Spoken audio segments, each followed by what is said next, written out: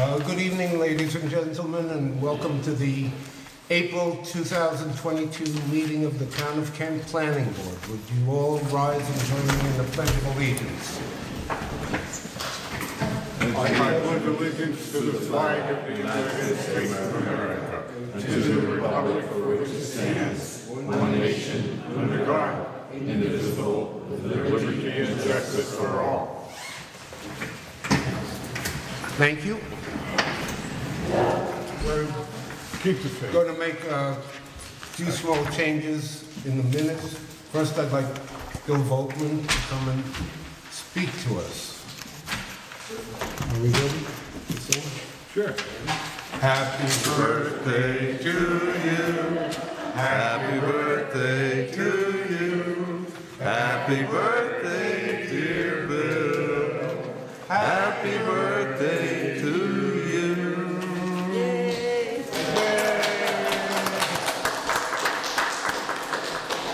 The floor is yours. And how did you know? Okay. Anyway, I'm here as a chairman of the Conservation Advisory Committee this evening, and we, as some of you know, or all of you may know, we won a grant for creating a natural resources inventory project back in October, and we're going through the phases of actually acquiring the money from the state now. And in a meeting that I had with the state last week or the week before, I can't quite remember, but I think it was last week. But they said that we need to, it's very much advisable to have somebody from the planning board as part of our NRI steering committee, as well as certain others in the town. So we are, I'm here to ask for somebody to join us in the NRI steering committee so that we have proper focus from the planning board as to what we want in the NRI. The NRI is going to be a large and complex document, and ultimately it's part of the planning board's network of tools or inventory of tools. The planning board will be using this document. So it's wise to have somebody, or one, two, three, all of you, whatever you want, on our steering committee. Probably not all of you would be necessary, but one or two would be good. And so that's why I'm here. And I did have a little chat with Phil earlier, but nonetheless. And you could so go through me to get in touch with Bill or get to him directly. Yeah, you can reach out to me at CAC at townofkentny.gov. That's my email. All right, and so ultimately we do need at least one person from the planning board on the steering committee so that we have proper focus as to what the planning board needs in the NRI. That's pretty much where I'm at. What's involved in participating? What's the time estimate? Honestly, I don't really know yet. It's not going to be tremendous, I do know that, but we didn't really get a good firm estimate from the state as to what the time estimate would be. So it's kind of hard for me to answer that. But I'll get back to you with that. I'll ask the question again, and maybe they can give me more information on that, because that's a valid question. So, Anybody else have a question for Bill? no? Okay. Anything else you want to tell us? Not really, not this time. All right, go enjoy your birthday. Do something useful. Well, I think I will hang out. You said there was going to be a discussion about mining, right? About what? The mining? Very little, because Very there's very little that's changed. Okay, very good. Very good. Thank you. You're very welcome. Thanks, Bill. Thank you. Is there anyone here? I'm going out of order a little bit. That's your problem. Is there anyone here representing Kent Manor? Liz, do you want to talk about that? No, Kent Manor. Did you get the stuff from Jeff Battistoni? Should I sign these? That's what I need to know. And if anybody has any questions about Kent Manor, this is the time to ask. Well, Jeff Battistoni prepared this resolution for the Right. board, and my understanding is it has to be voted on and authorized. Right. And I know that materials are sent for review, but, I mean, as consultants, we haven't reviewed this matter because it's kind of all under court order, I believe. Right. So, I could try to walk you through the resolution. Do you have it? There was one thing that I was concerned about, whether, because this was all done, what was it, 10, 15 years ago or longer, and some regulations have changed. In the resolution, it says that they'll bring it up to date. They'll go by newer laws rather than laws that were in effect when this was done originally. Hang So on as a I said, second. it's- Let me it's just really scan old. through here. You want to make sure that that's in here? Yeah, no, I read it. You've read it? I read Okay. it. Well, you're ahead of me, then I would got it say. tonight. Hang on a The second. second whereas, I said, when we got it today. Got it. The one with the 1 and the 2. right, Yep. am I wrong in what I'm thinking? Say again? Well, one of our concerns, I know, was that since it happened long ago, when there were different regulations, in fact, especially environmental regulations, that since they're doing it now, they should do it by modern regulations, and I believe that's what this I think is. number 1 is talking about modifications designed to ameliorate environmental impacts or comply with regulations subsequently enacted Exactly. by federal, state, or county Isn't that governments. the same thing I'm saying? Yes, except it says federal, state, or county governments, it doesn't say local, which, Is that a Every problem? different town is not allowed. right, that's what I've Yeah, always no, that's, understood you're too. probably right. Yep, that, so it's So- only that level of permitting that will be complied with if anything is new. So we should just vote on accepting this resolution. And I'm just looking through to see, it's reducing the number of dwelling units from 303 to no more than 160 dwelling units, reducing the number of bathrooms to not more than 400 bedrooms, reducing the number of bedrooms to not more than 400 bedrooms, active adult age restricted development. Just allowed to ask a question and to ask permission from The chair. letter was executed April 8, 2019, acknowledging and confirming the town board's and planning board's agreement about the modified project being consistent with the original. The modified project requires no further discretionary approvals from the town or planning board. Planning board chairman will sign the amended subdivision plat for filing. Town building inspector shall issue building permits for the modified project upon submission of full building permit applications. As long as they're consistent with the modified project and meet current uniform fire prevention and building codes requirements. They submitted site plan and subdivision plat to the town for signature by the planning board chairman, consistent with all of the above. So that's the tail end of the whereases. Now therefore be it resolved, the planning board authorizes the chairman to sign the site plan and subdivision plat as described above. And that's based on this resolution entitled Town of Kent Planning Board Resolution authorizing chairman to sign site plan and subdivision plat, Kent Manor Project. Did you gentlemen want to add And, anything? and members who haven't been around for a while, a lot of this was litigated. They sued the town because we wouldn't allow them to do this, so we have to do it. So, yeah. I'm sorry? There's only one item, Mr. Chairman, and I don't have a firm answer yet from Mr. Battistoni. They have requested a 5-acre waiver under the Speedy's stormwater permit. Only the planning board can grant that waiver. It is a discretionary approval. That's in addition to this. And I don't know how it all dovetails together, but once I get those answers, that's another element of this project that you may have to take a look at, and it may be as equally constrained as this application. In other words, Right. I don't know yet, but please But it be is- aware.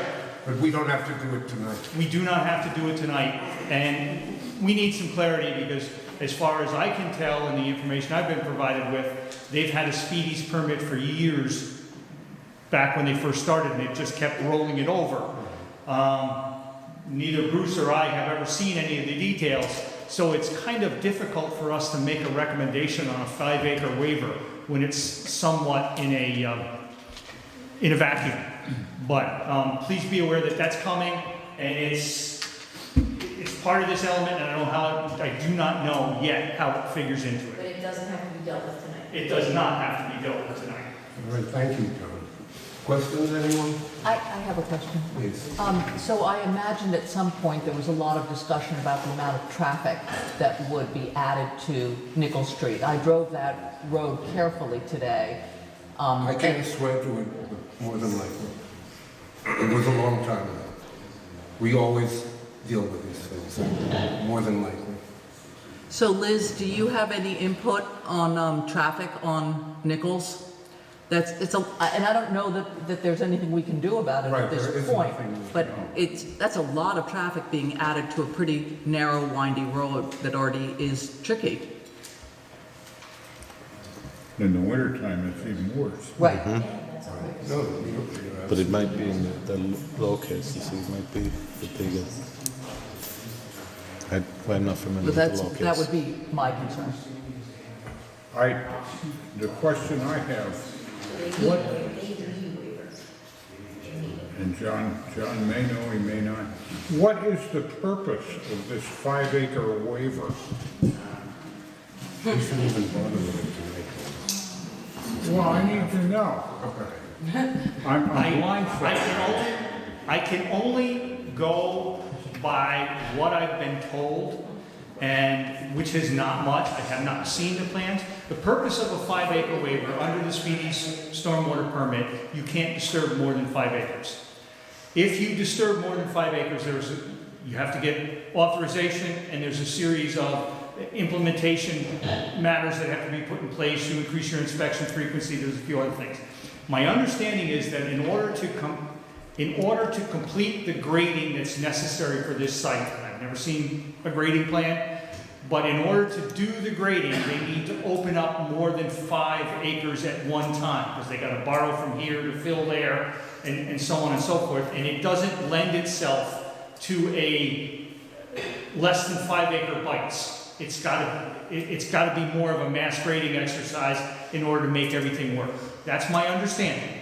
And I don't know what the limits are yet, but that's what has been explained to me. Is the 5-acre limit a town requirement? No, a 5-acre limit is a Speedy's permit, the state. So that is consistent with the fact that, But this clause. what happens is, and here is the conundrum that Bruce and I face, as you all know, the Speedy's permit is integrated with your chapter My 66. understanding, So it's kind of difficult. 20 years. Usually you wouldn't ordinarily be asked to issue a 5-acre waiver without having the rest of the paperwork around it. This is a rather unique situation, so, and to be blunt with you, my reading of this resolution, my understanding from Mr. Battistoni, and the chairman may be able to speak a little bit, but my understanding is this was agreed upon and needs to be signed and dated this evening. The 5-acre waiver we can take up at another time, may end up having to revisit some things, but at least from my understanding is this resolution is must be voted on and taken care of this evening. Otherwise, you'll have to visit me in jail. Any other questions? So, shall we vote could I get a motion to accept the resolution? To approve the resolution? Anyone? If we approve this resolution, where does that put us? Okay, They can Phil? build a problem. Well, I don't have an answer from him. If we don't, they sue us again. Phil? Yes. Okay. Since there seem to be some question marks, Bruce is suggesting we try to reach out to Jeff Battistoni by phone. I just texted him, and I don't know if you want to just put this to the end of the agenda. Maybe come we'll back. get a reply back from Jeff. We could put him on speakerphone if that's all right with our videographer. Okay, I've done that at other meetings. And you want to table this for now and come back to it We will at the do end? that. Okay. Thank you. Sounds good.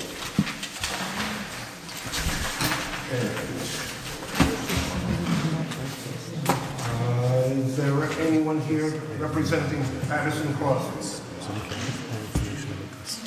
Does anyone want to speak? I don't think they're expected to be here. Just for the extension, right?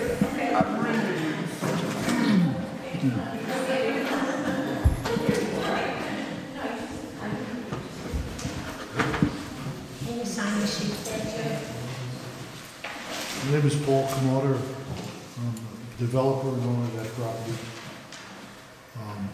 The board may have some questions. I do have a couple of questions for the board. So after seeing the resolution, I thought it was best to come here tonight and ask a few questions and allow you to ask any questions you may have of me. I'm here tonight to answer any questions this board may have. Well, why don't you start and ask us the questions you want to ask us? All right, I'll start first. I'm sorry? Yes, sure.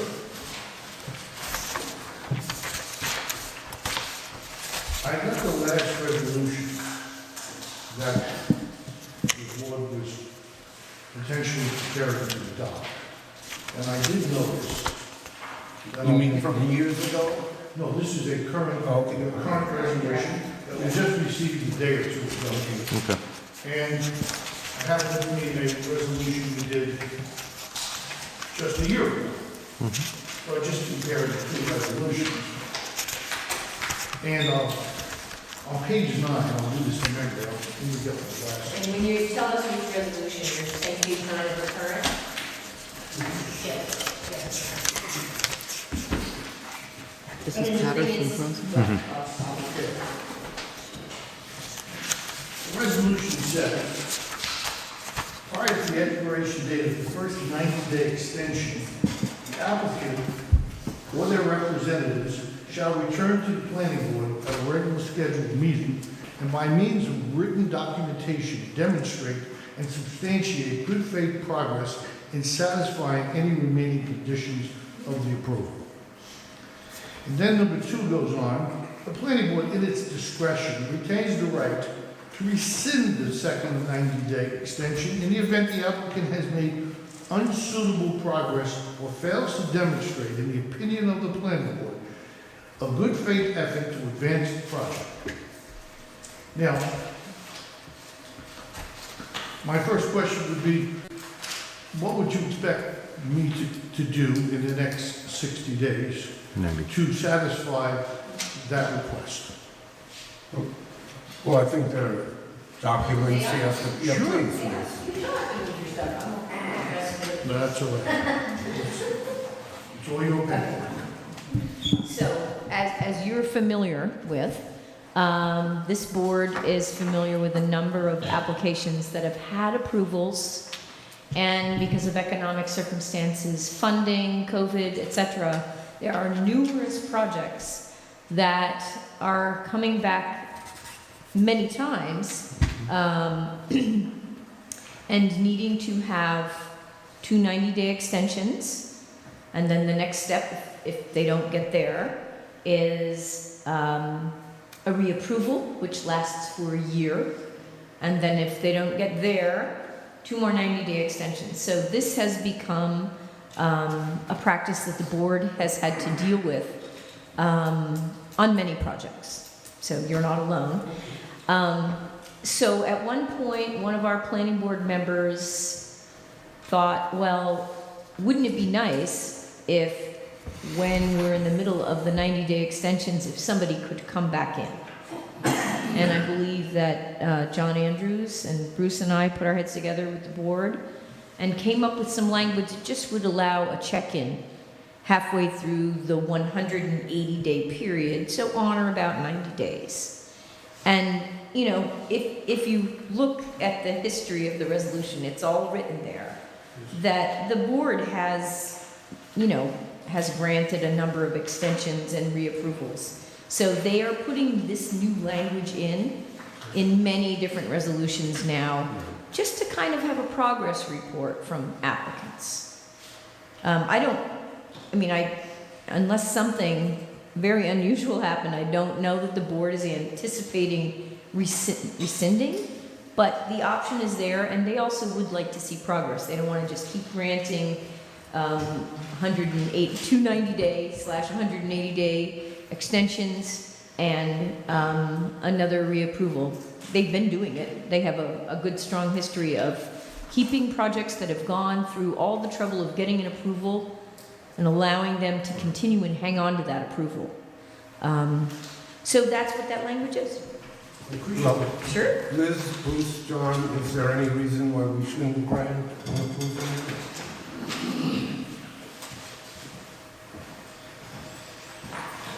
I am not aware, I've looked at my records, I think Liz has done the same and Bruce the same.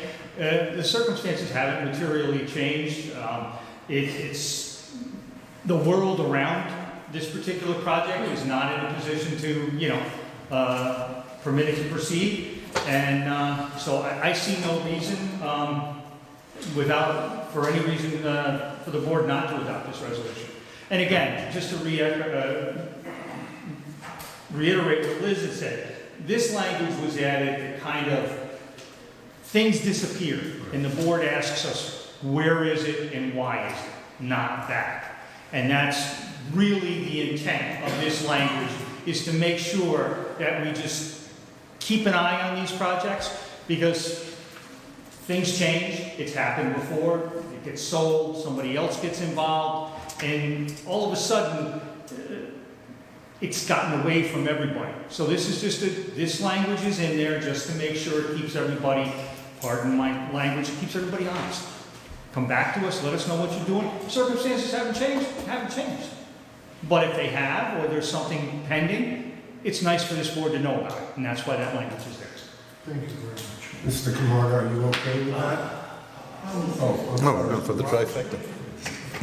Evening, Bruce Barber, Environmental Consultant.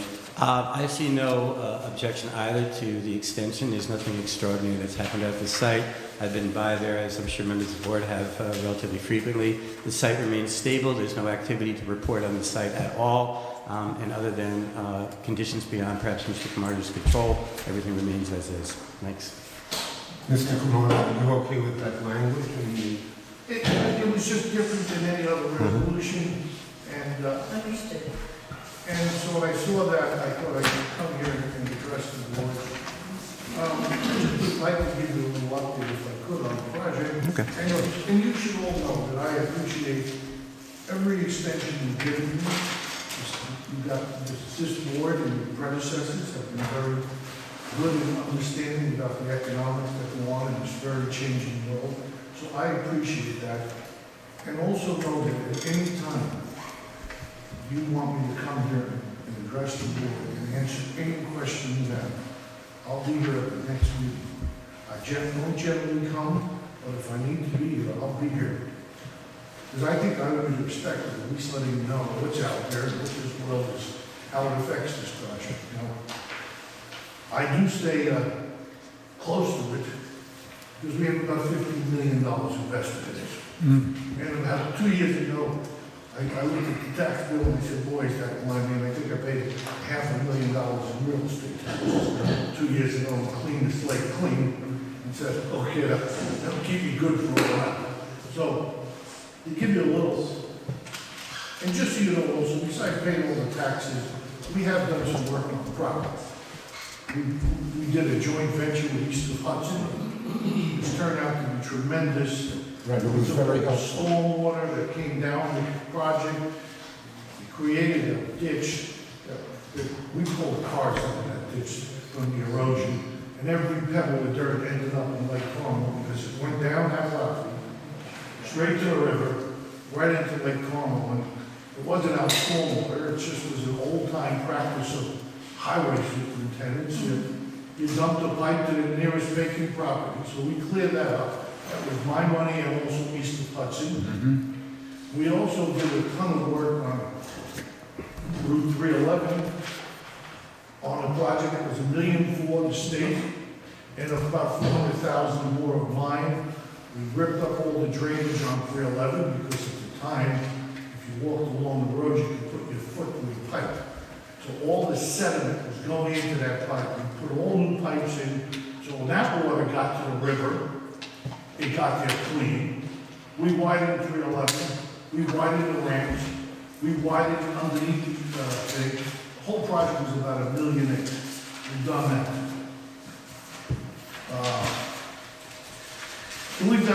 We're continuing to invest into the property. We're not just sitting here idle. Now, I'll give you just a quick where we are, okay, if you let me just have a couple of minutes. We got the approvals in 2008, after a long approval process, and we were all gung-ho, and so was my retailers, and then around September of 08, the Great Recession hit. Stock market crashed, and we all went home and go, this could be interesting. And it turned out to be 6 or 7 years worth of interesting. About 2014, economy was getting better, but a little thing called the internet, online shopping, took the bottom out of retail. And stores closed by the thousands across this country. So that was a process. And everybody predicted the death of downtown, the death of retail. We sit here today, we found out a couple of things. The online guys want to open stores. Because they said, we'll do more business online. If people can go to a store, maybe there won't be as many, but I can touch and feel the goods and see. So the online guys want to open bricks and mortar. And all the bricks and mortar guys were crazy into, we gotta be online.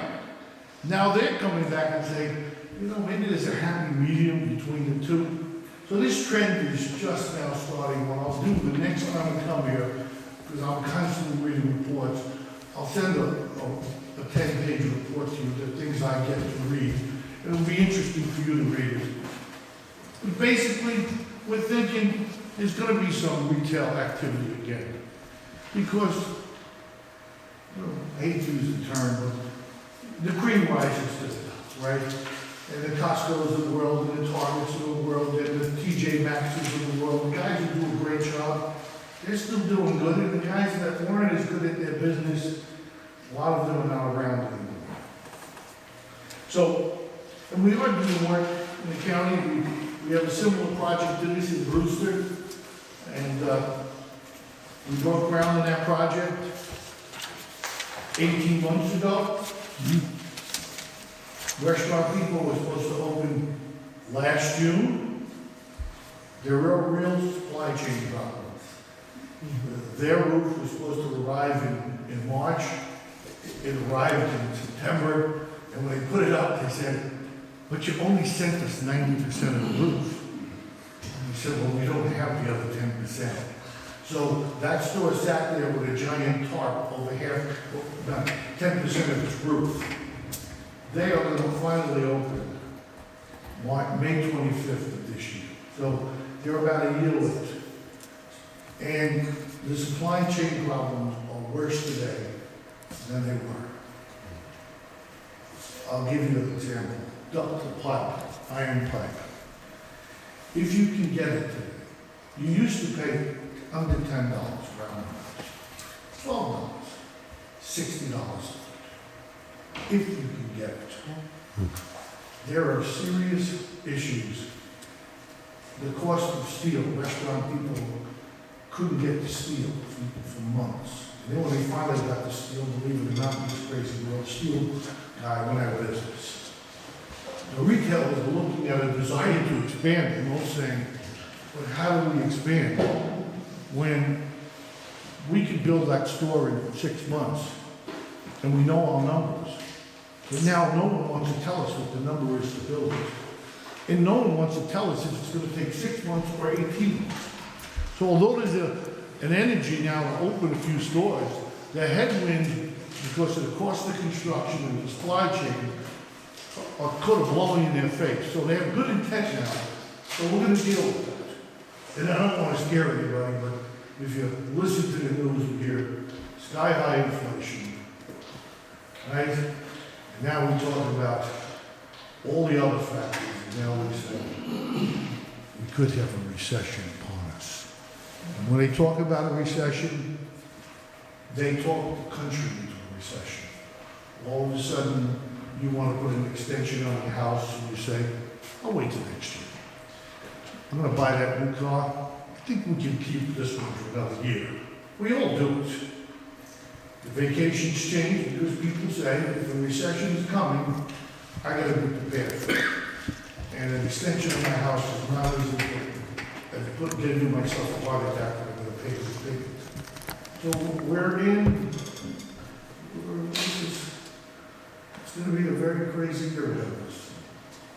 But I'm committed to this project, and if the good Lord allows me to be here, still be here, we wanna build it. Otherwise, we'll put my tombstone on that. Okay? So, I will, when I finally do break ground, before I have the picture, it won't be printed, I'll tell you that. So, appreciate your time tonight. I'm here if you have questions for me at any time. And I appreciate the board's consideration of this. We appreciate the time. Thank you. Thank you. Thank you. Thanks for the update. Members, do you have any questions? No. Anyone? Can I get a motion to accept Do it. the extension? I'll move Please, that. go ahead. Can I just tell you one quick thing I'm gonna do to it, which isn't gonna make a difference at all? I sent the resolution, you can still do it tonight. This is Patterson Crossing. I sent the resolution over to Jeff, and he suggested that 2 paragraphs that are on page 7 that talk about the current letter we got and request for the extension, be kind of copied up in front of the resolution as the intro. The rest of the resolution will run the same. And back on page 7, there'll be a brief recap of what's currently happening, and the rest of the resolution stays the same. And we can vote on that And tonight? you can vote on it. Can I get a motion to accept that resolution? I'll make a motion. And a second? Second. And Hugo, how do you vote? Aye. Sabrina? Aye. Dennis? All right? Jackie? Aye. What's his name? Oh, that's right. Aye. Ken. And I vote aye. 6 ayes. Okay, that was easy. It was indeed. Thank you very much. Thank you. And now, is there anyone here from NYC DEP? Please, give us a, and I was remiss, anytime you come up to speak, please identify yourself for the record. You have to sign. I am Good to sign. Mark Caterino, Watershed Forester, representing the New York City DEP. We are here for, it looks like, the erosion control permit on our project, 55-acre timber thinning out on our property, on one of our properties on Church Hill Road, which involves creating a landing in Hall Road that is over 5,000 square feet. So that's what I am told the permit is for. Thank you. Can you also sign the sheet that's in front of you? can. Please? What do we have?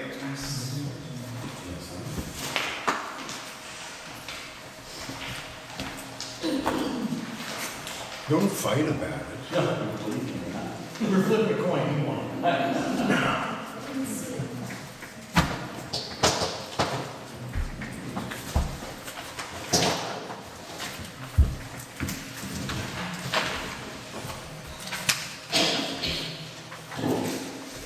don't think I've ever Simpson signed it. I thought you just have to sign it.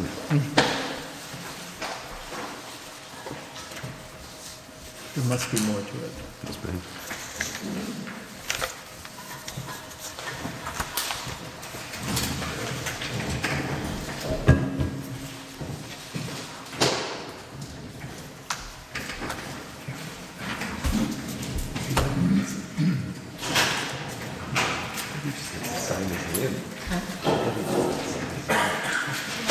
Good evening again. Just a summary for the board. This is a project that DEP does frequently as a performance management project.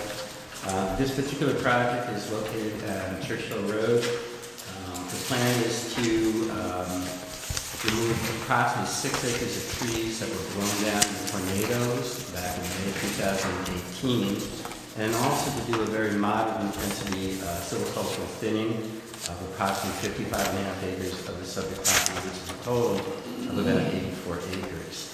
The project will be managed by the DEP forester. The total approximate removal of trees is about 25 to 30% of the basal area of the trees.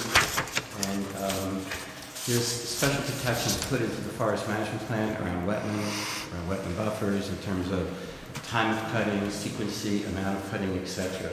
Went out to the site twice, once with John and once just with Bart and his staff. One of the things that we did on the second visit, we took a look at the vernal pool on site, which has some species of concern and some threatened species as listed by DEC. And the DEP has agreed to do some additional measures, specifically to address something called the marble salamander migration in the fall that Bart was just looking to plan out so we can agree to further down the road. Yes. And that's all that we really have at this particular time.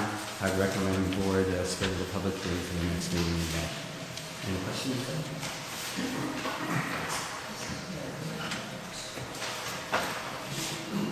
Good evening. I was somewhat remiss before. Let me just correct the record. My name is John Andrews. I'm with the firm of Brody, Slick and Andrews. I serve as engineer to the planning board on these matters. The forester is correct. They need an erosion control permit. We had issued a series of comments back in January. We received full and complete responses. A couple items I want to call the board's attention to. One of our recommendations based on the site visit was to perhaps have flaggers in place when trucks were entering and exiting the site. The forester asked us to reconsider that on the basis there's probably only going to be 2 trucks a day if and when they begin, and that log trucks are notoriously famous for being rather large and pretty well visible, particularly on a site they're going to be logging in the wintertime where there's no vegetation to really screen it. So he asked that we would reconsider that and not make having flaggers a requirement. I am inclined to agree with him and would ask the board had somewhat taken an initial position on that. I ask you to reconsider. The only caveat I would have that if something unusual happens and flaggers become necessary, either based on the opinion of the highway superintendent or myself, that the DEP would be prepared to put them in place, but that they're not absolutely necessary. That's item number 1. Was the highway superintendent asked about this? I did discuss it with Rich early on, yes, and I think Bart has had several discussions. And he's all right with it? He's okay with that. They had requested a waiver. Most of the DEP permits request it's a timber harvest permit. It's not, that's what they're doing. They're taking timber off. So they've asked a waiver to provide GIS mapping, which they've done, rather than survey maps, and eliminate really all the dimensions and things on a property line. We take no exception. So the board needs to just grant a verbal waiver if that's permissible to close the loop. The other matter. Which waiver? A waiver, the specific waiver request is that they be allowed to provide GIS maps rather than actual survey maps at 8.5 by 11 or 11 by 17, and to eliminate the details of the property dimensions. Makes perfect sense. As with other DEP permits, they don't post a bond, they post a letter of assurance. It has been reviewed and accepted on other occasions. Every time they redo it, they kind of tweak the language a little bit. So the most recent bond has been sent to our attorney. Mr. Battistoni has come back and he takes no exception to it. So when the time comes, you will be asked to accept that letter of assurance and forward it to the town board with your recommendation. And lastly, I think it's important to note at this point in time, to echo what Mr. Barber said, the record is sufficient to permit scheduling of the public hearing, should you choose to do so. And I would further submit that once the public hearing has been satisfactorily resolved, providing there are no substantive issues, it would be our recommendation to move this to administrative review. So my goal tonight, I think Bruce has the same goal, would be to please schedule the public hearing for your meeting in May. That's all we need to do tonight? John? That's all you need to do tonight. Members, any questions? No. Yes. How many board feet of blow down and harvestable timber do you figure on drawing out of there? What was it? About 15,000 board feet would be the total. We didn't tally the blowdown at this point because it's been down for 3 years. Yeah. So the 50,000 is actually your silvicultural? silvicultural, yeah. Yeah. And all the down stuff that's salvageable? Yeah, salvageable. That's a bonus. Yeah. Yeah, okay. And how many board feet generally are on the back of a truck? Working on a truck. It kind of varies. Yeah. Just because of the dimensions of logs. Off the top of my head,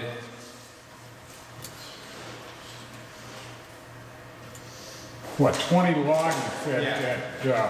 how many board feet to a it depends log? on the size of the logs. And it depends on what's in the load. Yeah, I'm just trying to get a feel for how many trucks are gonna be in and Yeah. out of there. So, And it's not, 2 trucks per day. 2 trucks a is our day. estimate. Yeah, because that's really what they can cut and load in the day. Yeah. And the operation will be intermittent.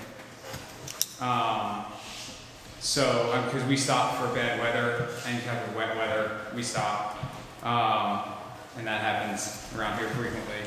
And so, like it says in the plan, it'll be, our harvesting windows go, we give them a 2-year contract.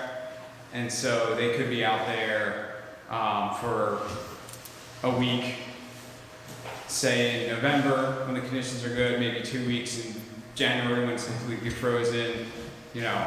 Arborists don't work in the rain. Yeah, loggers do, but. Oh, right, and we're not cutting outside of the back window, so we're only cutting between. That's right. Yeah, we're only cutting between November 1st and March 31st. So that's why Oh, we yeah. have a 2-year contract and Yeah. intermittent schedule. Yeah, and with ground frozen or even a good snow cover, anything that you're skidding in from the actual harvest site up to landing, you're not gonna be really too badly tearing up any of the roads. Right, that's the idea. Yeah, up in the Adirondacks, we always skidded in the winter. Yeah. Yeah, that's the plan. Yep. Chairman, public hearing date is May 12th. I'm sorry? Public hearing date is May 12th. Thank you. Can I get a motion to schedule a public hearing for our next meeting, May 12th, I'll make 2022? that motion. And a second, please. I'll second. And Simon, how do you vote? Aye. Jackie? Aye. Dennis? Yep. Hugo? Aye. Aye. And I vote aye too. We good? Any more questions for us? Yes, I'm wondering, is there also a wetland permit involved here, or? No, this is the provision that was. Okay, okay, okay, and you'll communicate me what you need for the next? Yes. For the next meeting, all right, excellent. Thank you. Good to Thank know. you. All right. Is there anyone here from Kent Self Storage? Take it away, John. Good evening again. This is Kent Self Storage, if you recall, the board had asked for amended easement language. I circulated it after the last meeting. I did hear from Steve Wilhelm, he was satisfied with it. I spoke with Jeff Battistoni. Once you are all comfortable with this amended language, he will put the easement document in its final form and circulate it back to their attorney for action. So I'm here this evening to see if you have any comments, or did this address exactly what you were looking for? Anyone? Who did the legal description on the easement? Or hasn't any legal description, meets and bounds? Has that ever been done? There was, yes. Yeah, I thought it was. Yes. I just couldn't find It it. was attached to one of them, and it's been done and checked. I actually, it was done by Insight, actually. No. And it's- Yeah, it was in one of the drawings. Yeah. I thought there was one done. I kept looking for it, and I just couldn't put it in It probably the wasn't on the draft we circulated. We were more focused, Mr. Battistoni and I, on getting the language correct. Oh, yeah, look it, I found it. So if you're satisfied with that, folks, I will communicate that with Mr. Battistoni, and we'll move this forward. Everybody okay with that? Yeah. Please, John, do it. Very good. Thank you, folks. Anything else on this? That's it. Is there anyone here for Flint Rock Storage?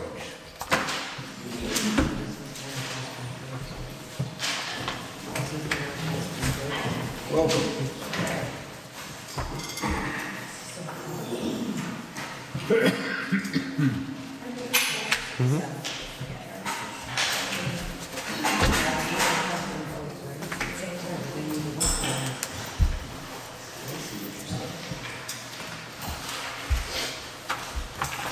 Good evening.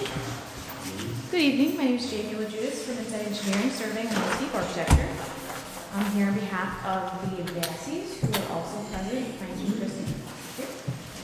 This is for Flint Rock Storage. It's located on Route 52 on an 1.67 acre parcel in the commercial zone. We are proposing a self-storage facility in the amount of 5 different buildings, 4 storage buildings and an office building. There's outside storage area, access drive, the septic holding tank, which we'll get into in a minute, some landscaping, lighting, and stormwater management. There is an existing well on site also that we'll be utilizing for the proposed office. There are existing town-regulated wetlands located along the northern property line. Here. Also with a DEP water course that runs through that, which those limits were not necessarily identified by the DEP when we visited with them, but they noted that they were wholly located within the wetlands themselves. So we'll get documentation to that effect to the town. The stormwater management areas we have shown are in the buffer, so we will be providing additional information to that effect, along with mitigation. Along with gravel access drives, we would like the option to have those, but after hearing some concerns from the consultants, we said we will not be doing that. We're planning for gravel in the areas here, so we will have access around the buildings. And then the outside storage area also is going to be forward with the optional buildings.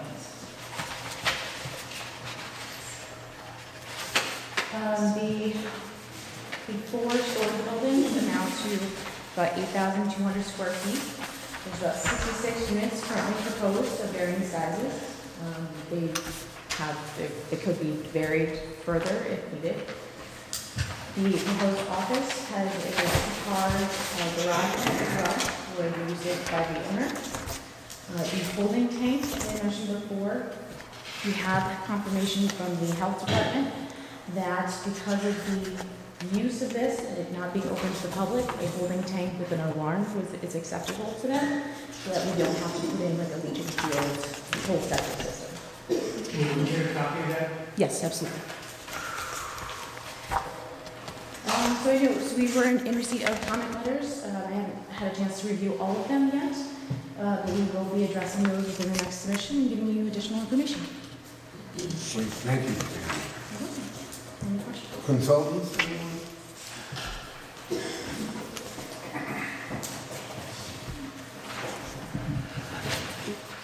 I will just give you a brief summary to add or augment what Jamie just indicated. So the application is for 4 two-story self-storage buildings. Total footprint is 8,200 square feet. 1 two-story office/maintenance building that's approximately 760 square feet. A sewage treatment facility is identified as a holding tank, an existing well water system to be employed, stormwater management practices, a detention basin, some conveyance and treatment systems, lighting, and landscaping. The site is just about 1 2/3 acre in size on the easterly side of Route 52, and it's in the C commercial zone. I did a review memo on the entire project, but one thing I think we need to focus on right away is something with respect to the soils, which we discussed at the workshop. Jane, if I can just flip this video.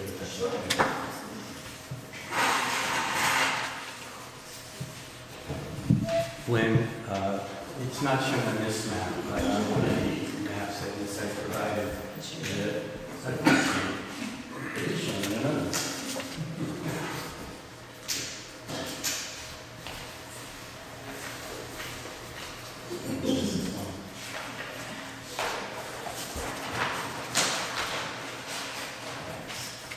So there's a variety of soils on the site, and this mapping is taken from what's called the Natural Resource Conservation Service mapping. And you can see these dark hash lines. I'm sure from the way here, I'm sure I know. In any event, the soils are identified based upon the soil series as shown in the RCS mapping.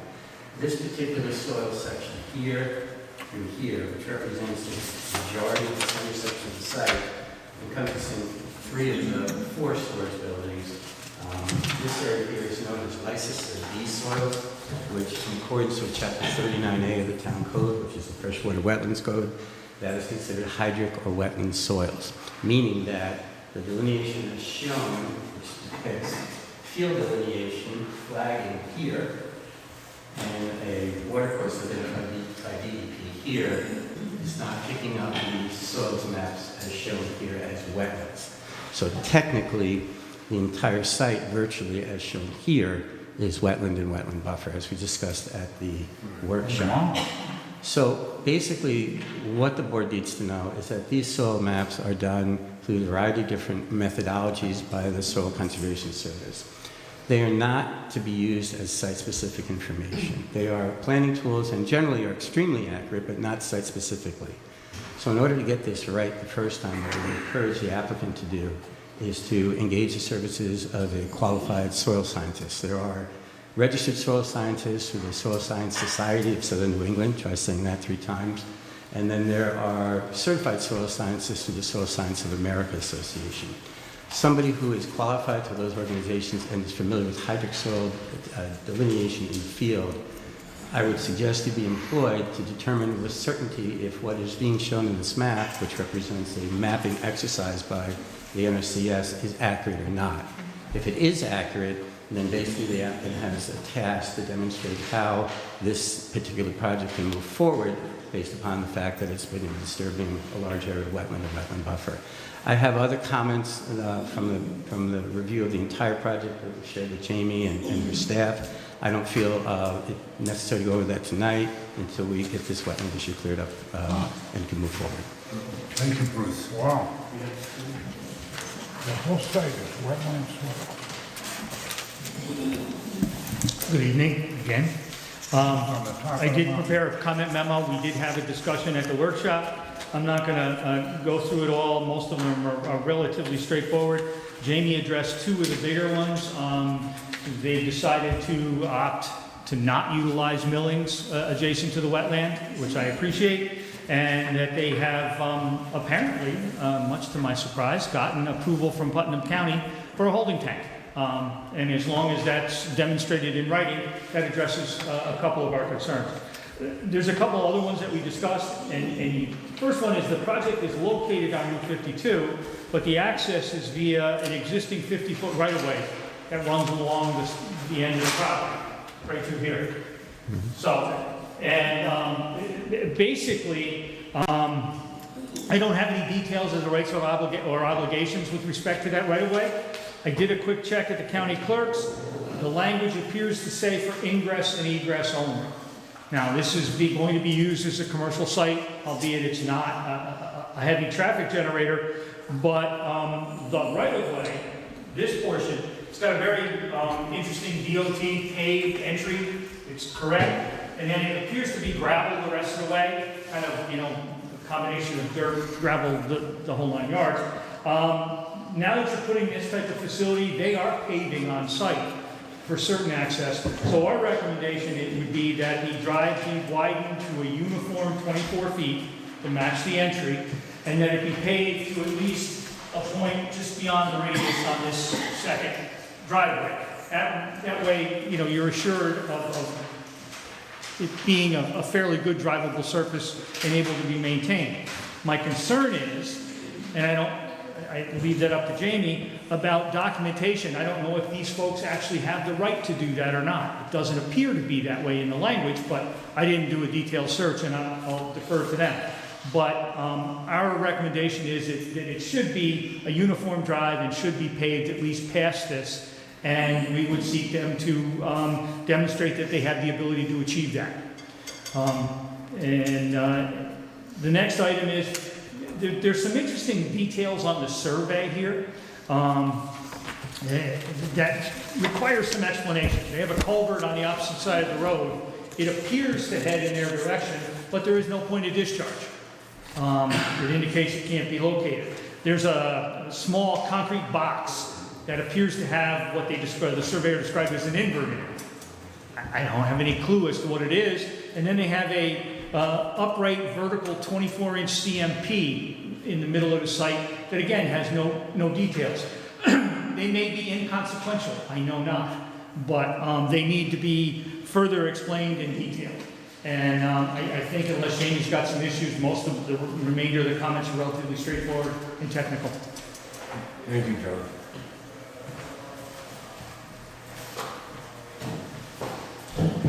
I failed to introduce myself earlier tonight. My name is Liz Axelson. I'm the planning consultant for the Town of Kent Planning Board. What? So I did do a review, but because there was the question about how much wetland area there was and the issue of the road, I limited my review to use and the bulk and design standards in the zoning district. I didn't get into special use permit requirements, and I didn't get into site plan checklist type issues. I just thought, let's wait and see what happens. I'm going to give you my brief summary. I was glad to see buildings put right up near the front of the site with access and parking behind, basically. It's a design I'd like to see on a lot more site plans. Not having a bunch of parking in front. So there's more to do. I do have a comment about the right-of-way, and with questions about why are there medians in the right-of-way, and let's get some, information about what's allowed in the right-of-way or not. So that'll be hopefully demonstrated over time. Let's see. And we need to make sure that right-of-way, whatever happens with this proposal, ends up still serving the other two lots. It does require a special permit, so we'll just need an amendment of the application form. So I took a look. It'd be helpful to have floor plan layout. One of the questions I had, in this district, a non-residential use is allowed to have apartment over that, which can sometimes be a nice amenity for business use and for the community. So I asked that question. Of the storage spaces, the larger ones, I initially thought, gee, are those for cars? And then there is an actual specification in the submittal package which says automotive storage. So we want to hear a little bit more about whether these units are meant for automotive storage, and if so, how that would be handled. Let's see. It'd be nice to know the days and hours of operation. A lot of these places are gated. I'm assuming it won't be 24 hours. There is one residence nearby. I think there are other residences in the area, so it'll be helpful to know, those kinds of clarifications about the operation. And we have some architectural information. The one that would be helpful to see would be the front, to see what's facing the road front. And then the thought is that it would be I think it would be nice to see some peaked roofs on these, if that can be done in a minimal way, so that it kind of blends in with what else is happening in the area. There are a lot of peaked roofs in the area, including the house.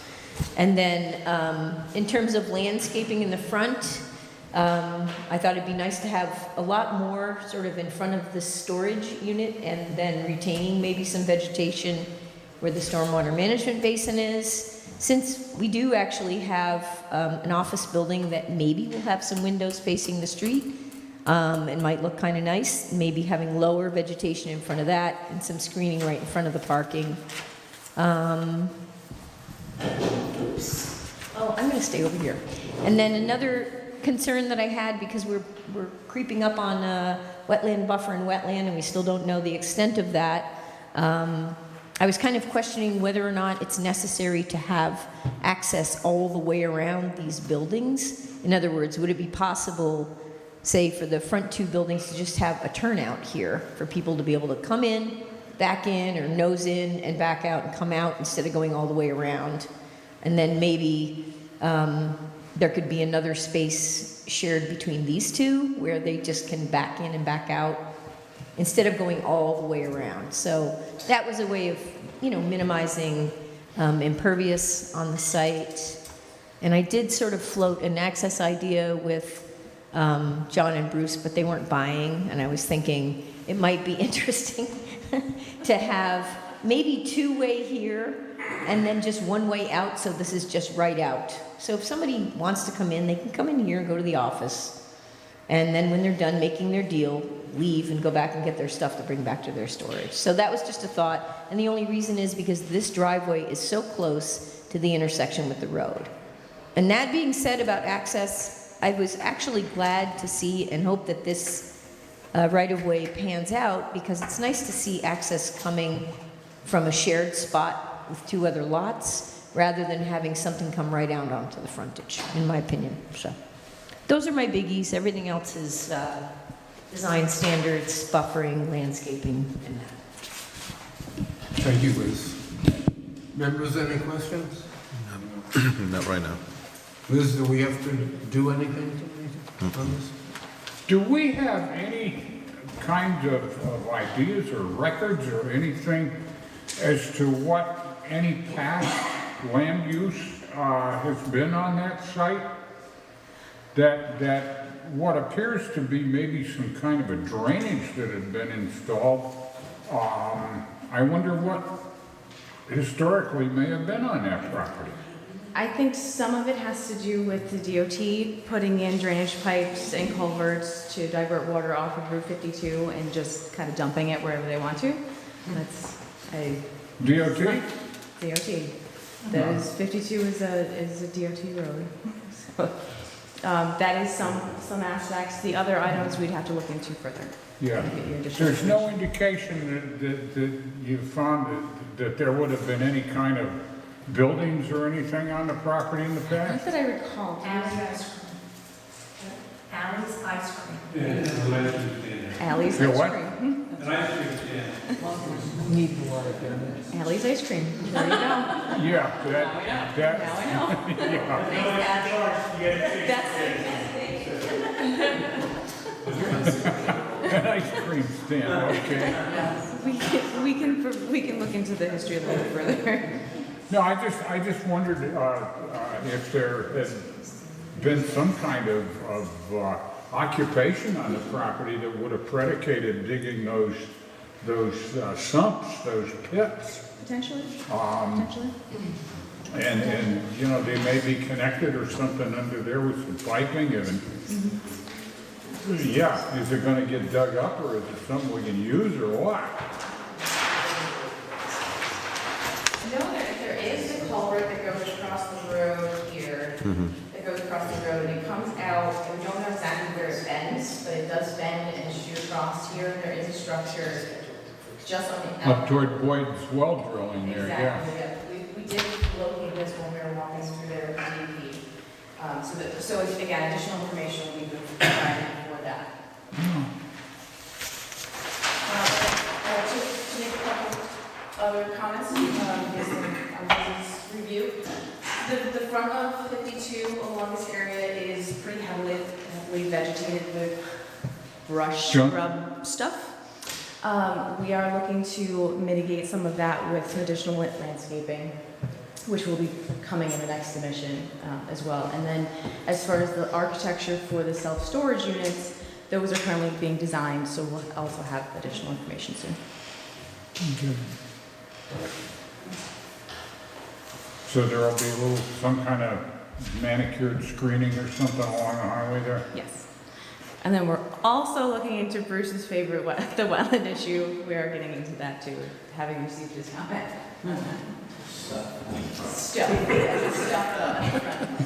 I just wanted to advise the planning board that we intend to go out and do a site visit, both John and Liz and myself. Jamie, we coordinate that with Vera, and if you want to have the soil scientist out there as well, if that's what you choose, and client choose to do so, we can all do that at once. So we'll be in touch, okay? Thank you.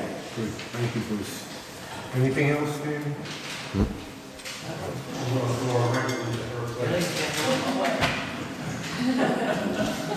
Bill Walters, Building Inspector, Town of Kent.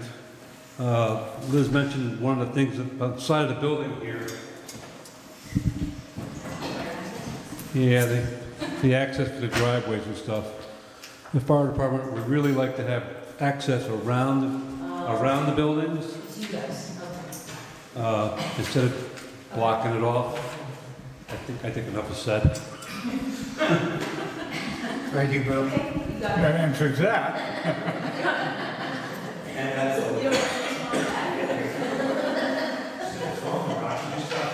The ruling entity is spoken.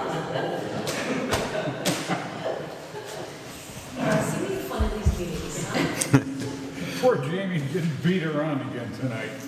Oh. Anything else for us, Jamie? I do not. Is there anything that you want to ask? Questions for me? No, right now. Come up with your revisions and get them back in the system. Right? Thank you. We'll be back next month. Okay, thanks, Jamie. Thank you very much. Good to see you again. Anyone here from White Vernon? Watch these women.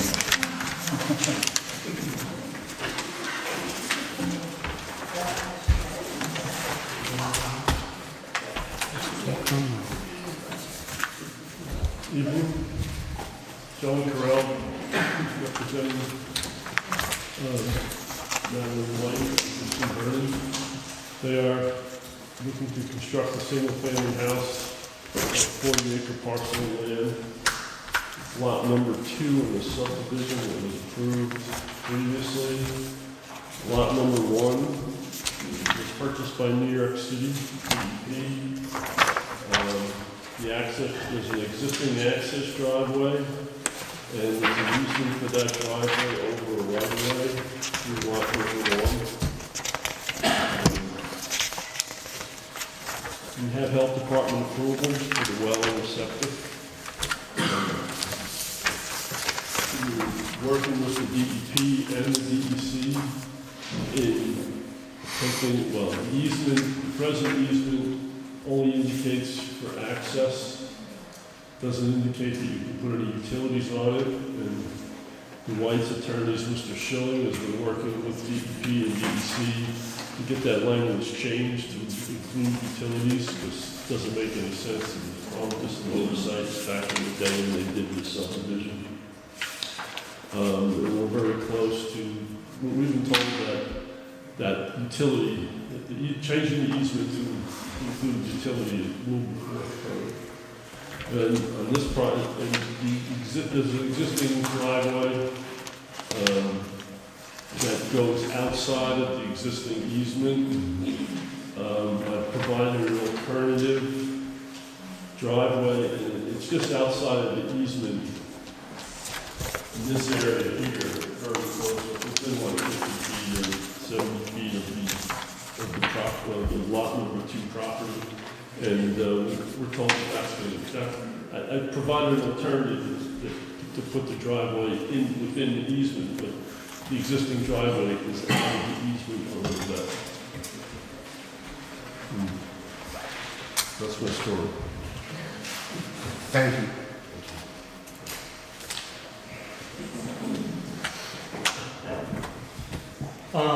As we indicated at the workshop, we had issued a comment memo early on.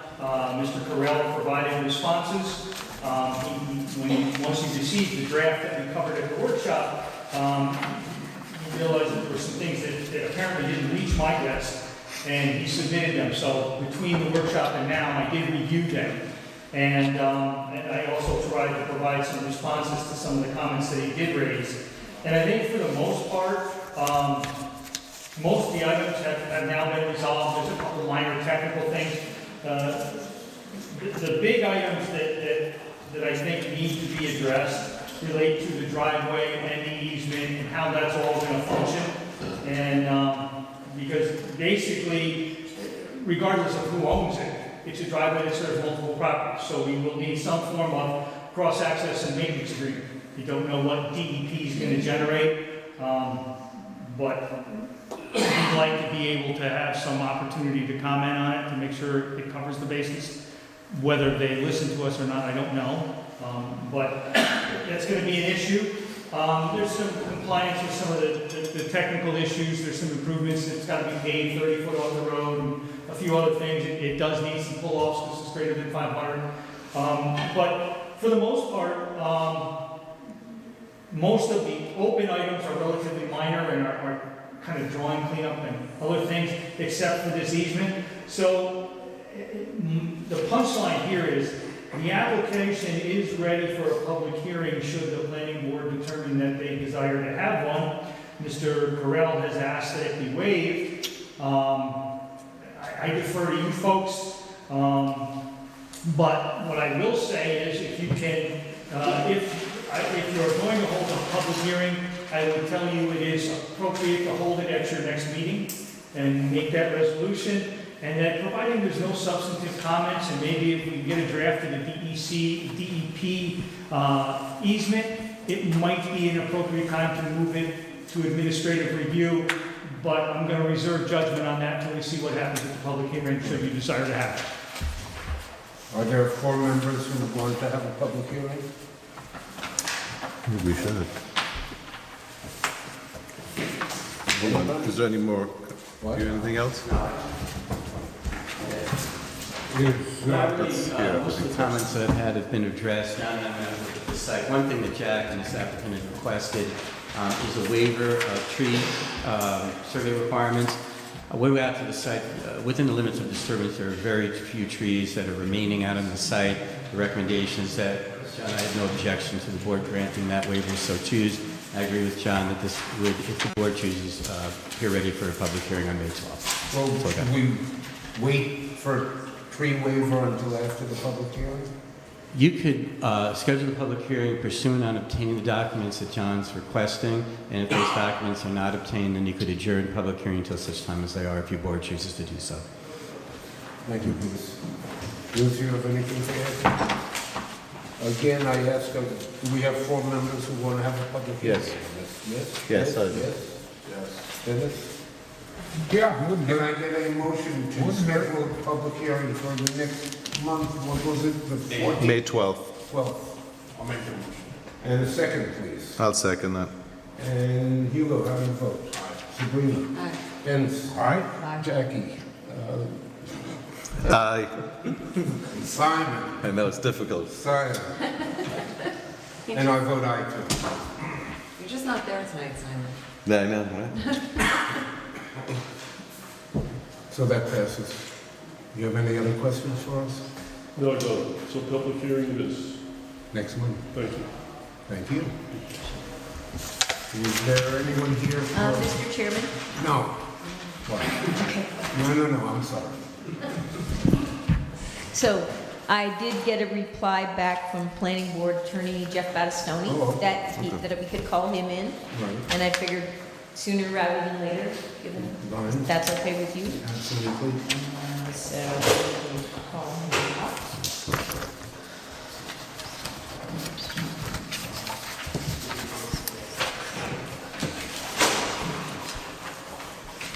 If anyone has questions for the attorney, think of them now.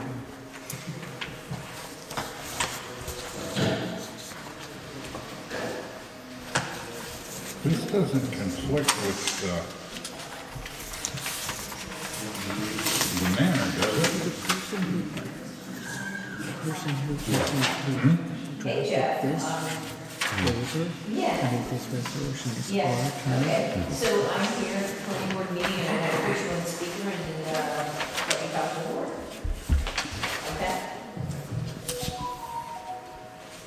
You want to just introduce yourself? Sure, this is Jeff Battistoni from Vandewater and Vandewater. Can you guys hear me? Yes. Yes. Thank you. Okay, good. So, let's see, it was either, I guess it was yesterday morning, I had a meeting at the town supervisor's office. Nancy Taliafiero was there, who's the attorney for the town, and I was there with another attorney from our office who's getting some training, and Phil came. And basically, for Kent Manor, this is a very old project. Maybe some of the board members are familiar with it. I can summarize a little bit of background if you want that. Yeah. Yes. All right, so there was a lawsuit a long time ago between the developers of this property and the town. And the town lost badly in the lawsuit. It actually went up to the appellate division, meaning there was an appeal, and the appellate court made a decision. And once again, the town lost badly. Basically, the court held that the town had to grant the approvals to the developer and had to issue building permits for the project and could not even charge fees for the building permits. The town ended up having to pay $1.5 million to the developer. I'd never seen anything like that. $1.25 million of it came from the town's insurance company, but I think the town paid $250,000 to the developer. So it was a very overwhelming decision. I can't remember how long ago that was. But as time passed, the developer came back, I think, informally to town officials and said, hey, look, with the economy, we never got started. However, we've got a new proposal now, and it's fewer units than what was approved before. It's a much less intense and less dense development. And as such, this falls within all the parameters of the court decision, and we're entitled to proceed, and we want to get our plans signed and our permits issued and things like that. Now, this also was several years ago, but going back to 2019, the town signed a stipulation with the developer that, yes, that's true, what you've submitted here is much less dense. It does fall within the parameters of the court order, so we agree. And one of the things in that stipulation is that the chairman of the planning board would sign the site plan and the subdivision plat when it was submitted.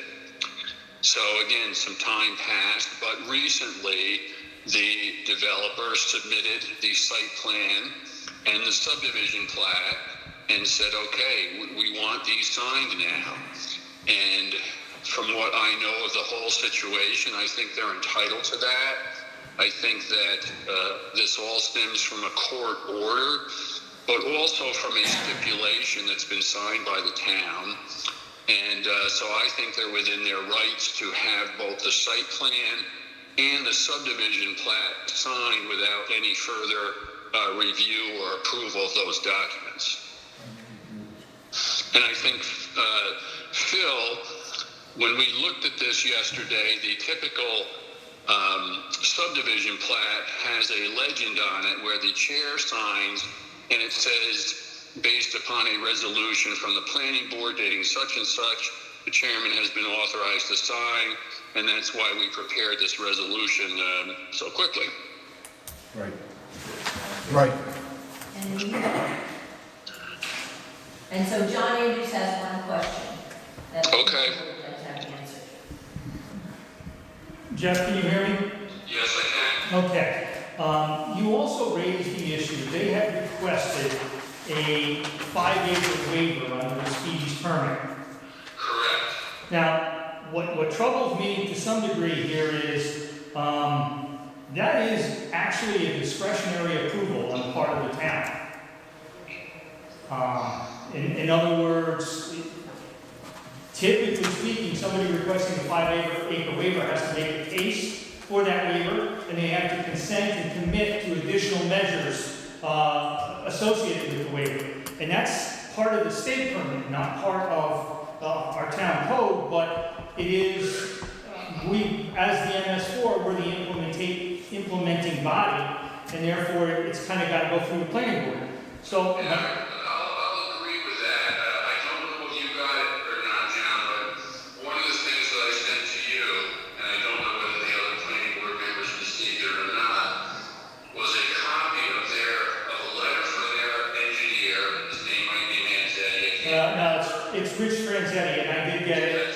I haven't had an opportunity to thoroughly go through it and pull it apart yet. But what troubles me is, typically speaking, the context for issuing a 5-acre waiver in the town of Kent usually is also somewhat entangled and embodied with Chapter 66 of the town code, which is, and so I don't know how all this plays out. And what I didn't want the planning board to do is to sign something which basically signed away their rights to do their job properly on the 5-acre waiver issue. Yeah, my answer to that is I don't think that signing the site plan or the subdivision plat does that. I think that those things have to be signed. Number one, by court order, but number two, even by stipulation that the town signs subsequently. Those documents have to be signed. If separately, if the applicant says, hey, I need a waiver from the town, and maybe it comes from the planning board, I don't know that much about that waiver, but I need a waiver from this 5-acre requirement because of the amount of site disturbance, to me that's a separate issue. Jeff, it's Bruce. Rich Franzetti's letter actually was addressed to the Stormwater Management Officer, Town of Kent. Asking that SMO grant the 5-acre waiver request. And I don't know if the SMO has that authority to do that, or it would be the context of the planning board either. Yeah, I don't know the answer to that because I haven't been involved with something like that before. The impression I had from just talking to some people was that the planning board grants that kind of waiver. Right. Does that sound correct to you? Or? Generally speaking, what ends up happening, this is John again, Jeff. Generally speaking, the application, in this context, since there's nothing before the planning board, the application goes to the SMO, and then he refers it to the proper body for the administrative action. So the fact that it was addressed to Bill is fine, but I think Bill now has to buck it over to the planning board. And so I just want to revisit it. So what I'm going to paraphrase. The goal of tonight's meeting is to get this resolution adopted and to get the two instruments, the site plan and the subdivision plat, signed by the chairman. And in doing so, it then has no effect, in your mind, on the administrative work necessary to review, analyze, and ultimately issue the 5-acre waiver. Well, let me ask this. Would it be appropriate for the planning board to prepare a letter to this engineer or to the owner of the project saying, okay, here's your signed site plan, here's your signed subdivision plat. However, you have requested a 5-acre waiver, and that matter has been referred to the planning board, so the planning board needs to meet with you to go through whatever paperwork is needed for that waiver. Okay, that's something. Would you feel more comfortable if a letter like that went with the signed plat and signed site plan? I would, yes. You know, and I'll work at putting a draft together. You won't see it until sometime next week if that's not inconvenient.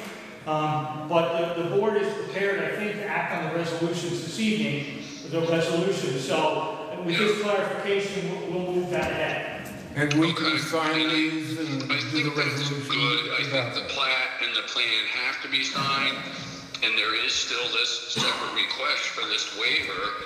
So I don't have a problem with the signed plat and signed plan are returned to the owner with a letter from the planning board saying, okay, here are these signed documents. However, you have submitted a request for a waiver, and there is still some administrative review of that, and that will occur before the planning board.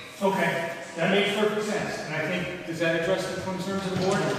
I get all nods up and down, yes. Yes. All right, well, that's good. Thank you, Jeff. Especially at 9 o'clock at night, right? Oh, is it that late?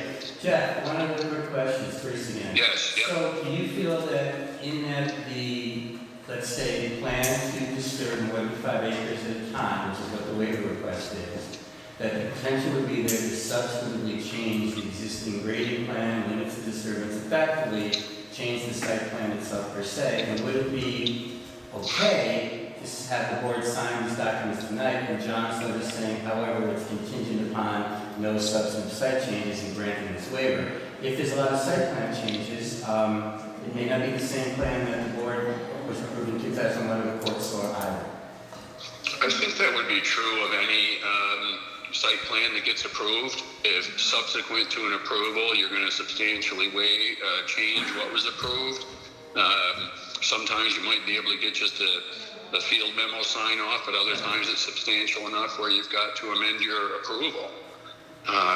So I don't know. That's Okay, I got it.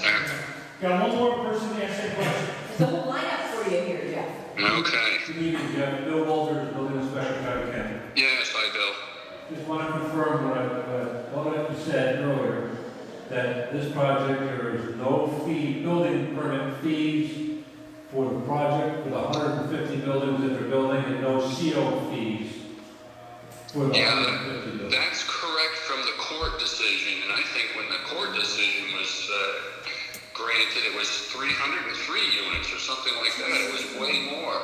But yes, I think for whatever reason, and I don't know enough about the background, the court thought that the applicant, the owner back then, had really been put through the ringer, and to try to help to make up for that, no fees were allowed from the town when building permits were going to be issued or certificates. Okay, just want to know how much work I'm doing for nothing.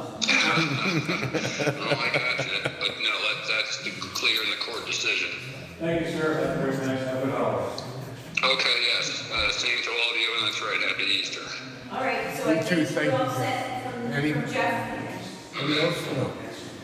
Thank you, Jeff. They said, take care. Bye-bye. So let's vote on this resolution, shall we? Yes. Can I get a motion to accept the resolution? Speak up. Well, I'll grant that motion. and a second, please. I'll second. And Simon? I just want to point out that we're under obligation of a court order to approve this. So, aye. Jackie? Abstain. Dennis? I feel like I've been blindsided and I'm going to abstain. Sabrina? Oh, and you? Yes. And I say yes too. I don't want to go to jail. Wait, can I hear the whole vote again? Phil, you, 2 abstains, everybody else yes. okay, so hang on. And do it again. Simon? As I said, in protest, but yes. Aye, okay. And Hugo? Yes. And Sabrina, aye. Yes. Okay, so we have 2, 3, 4 ayes, that does it, right? Okay. Yeah, no, we couldn't do it with 3. What? 3 isn't enough. No, it's 4. I have- No, he's saying 3, if it was 3 and 3, it wouldn't pass. Oh, okay. But it passed because you have. Yes, it Yes. does. For the record.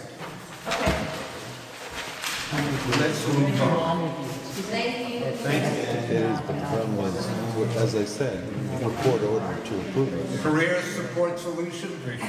Anyone here? The same thing, but he went with a vote. Consultants, anything on? Yes, Oh. yes. Is anybody here? No. Okay. So I took a look.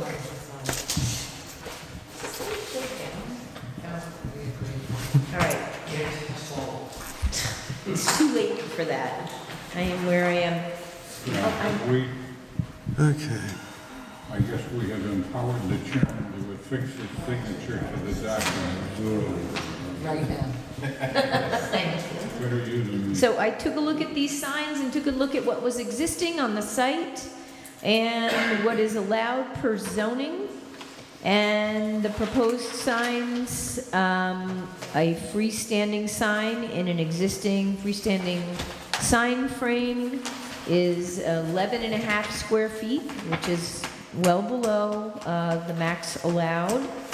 And the existing internally lit wall sign is the same size as the existing and also well within the allowed signage. And this is located in a non-residential district, commercial district.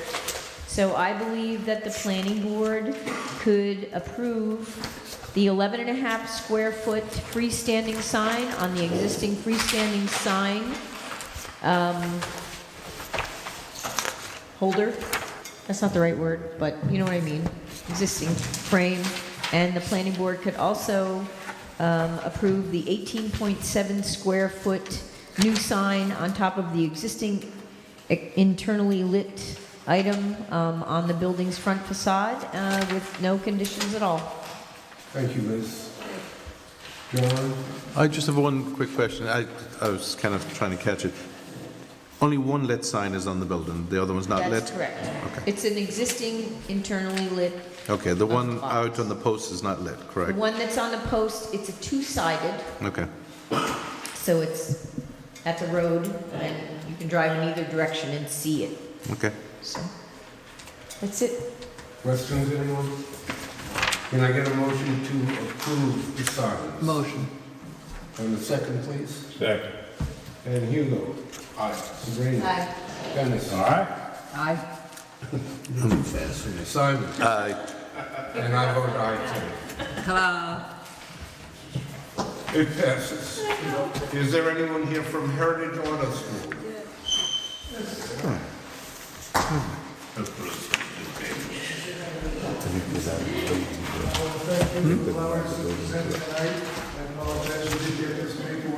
Can I ask you to speak up a little? Thank you. My name is Ted Reaver. I'm the architect working with,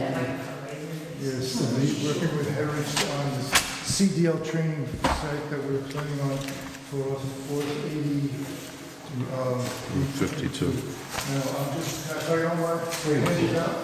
Yep.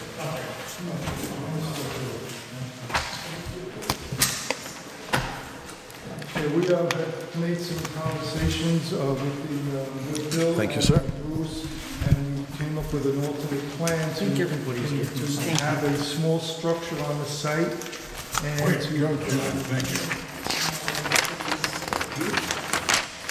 pave the driveway there, put the front door, that apologize, I just want the door. He did not get my speaker memo.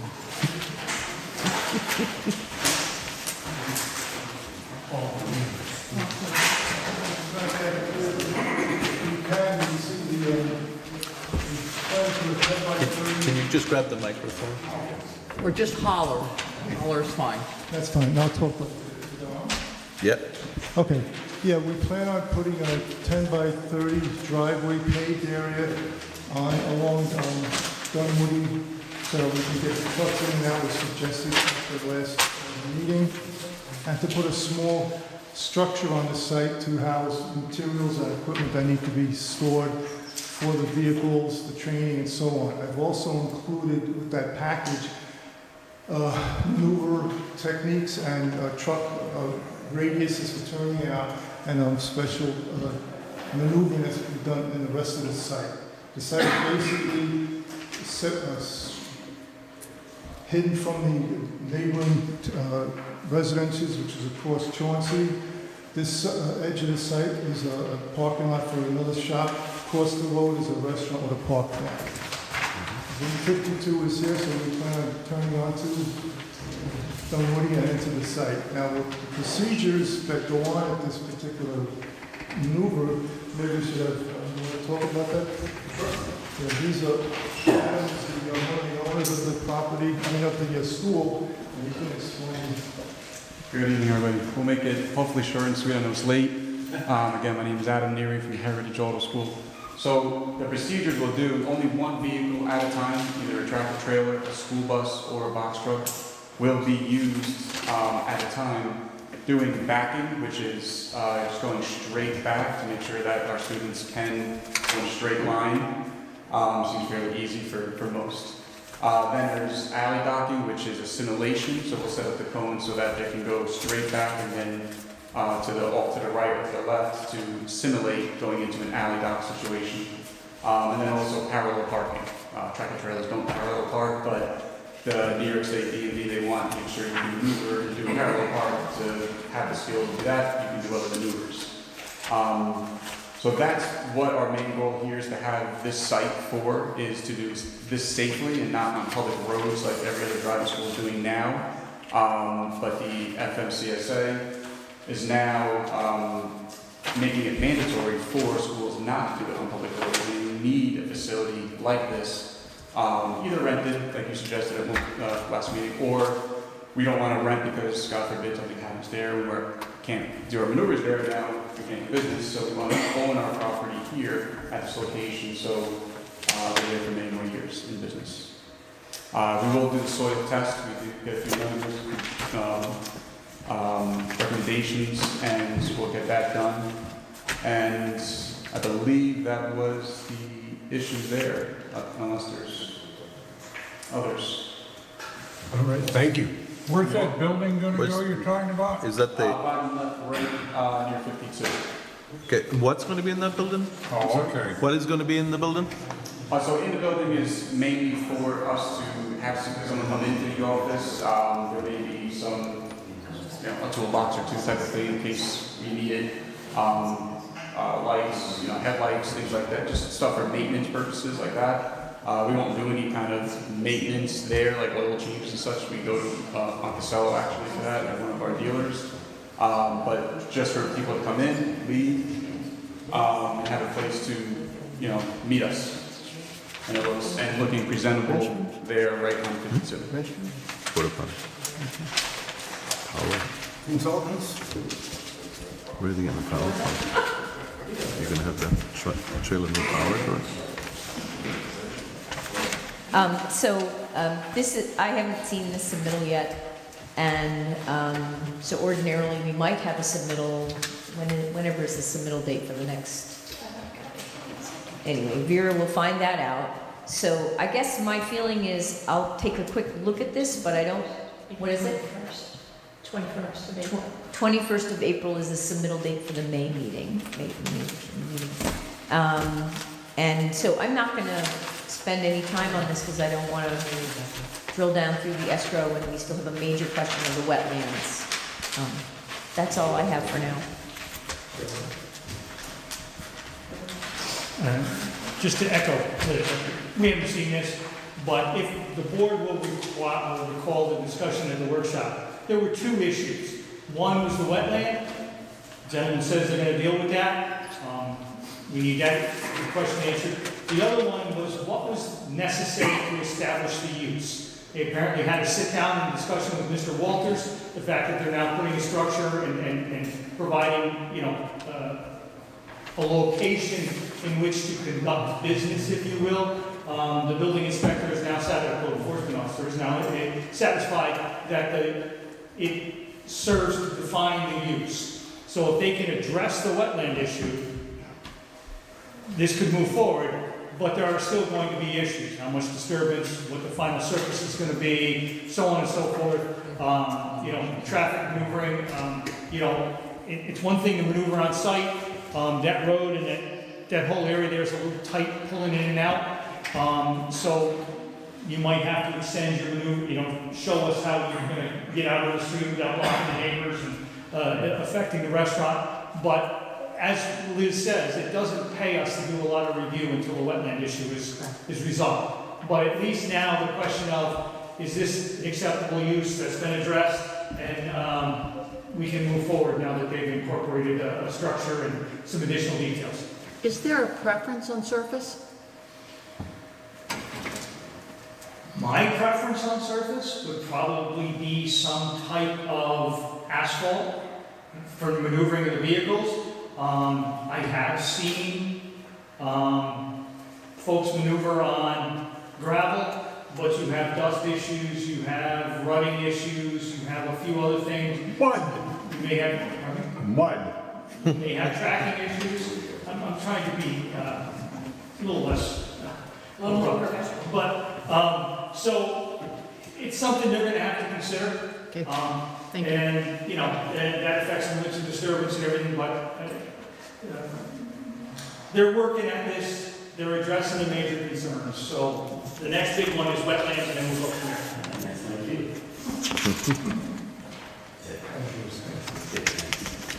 This may sound repetitious, but this is a lot like the prior application of Flintlock Ridge.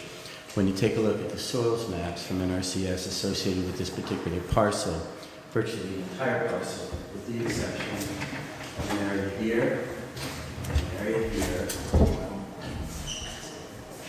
are listed in the NRCS soil mapping series as eudorthic wet substratum soil. Also, within Chapter 39A of the Town Code, listed as hydric soils. Therefore, the entire site, with the exception of those 2 corners, are construed as wetlands in accordance with our code. What that means is that, again, and I had the same discussion with Ted the day after the workshop, is that the best next step before going anywhere down further the road here would be to determine the factual aspect of that mapping, and that a soil scientist, either from the Soil Scientists of Southern New England or the Society of Soil Scientists familiar with mapping hydric soils, should go out there and proof out what is and what is not out there, so that we can then move forward with whatever that information might be. And so that's where we are now. We, as consultants, have recommended to the board that we hold any future reviews in abeyance until that very central issue is determined, and that will decide how this moves forward. So that's where we are presently. Thank you, If you Bruce. don't mind, I'll just like to add, I did contact several of the scientists and we're waiting for some responses from them. Perfect. Thank you. I have just one question. The Zone A is a non-base elevation for flooding. Does that have any impact on this? That's great news. I got to go to the federal. Yes, Okay, that's what I was looking for. Okay. I think that's it. And I think I don't remember looking at your EAF, but one thing that's good to do is to go onto the EAF Mapper platform. I think I did that. You did, okay. Okay. No, don't want to see it, just check what's there.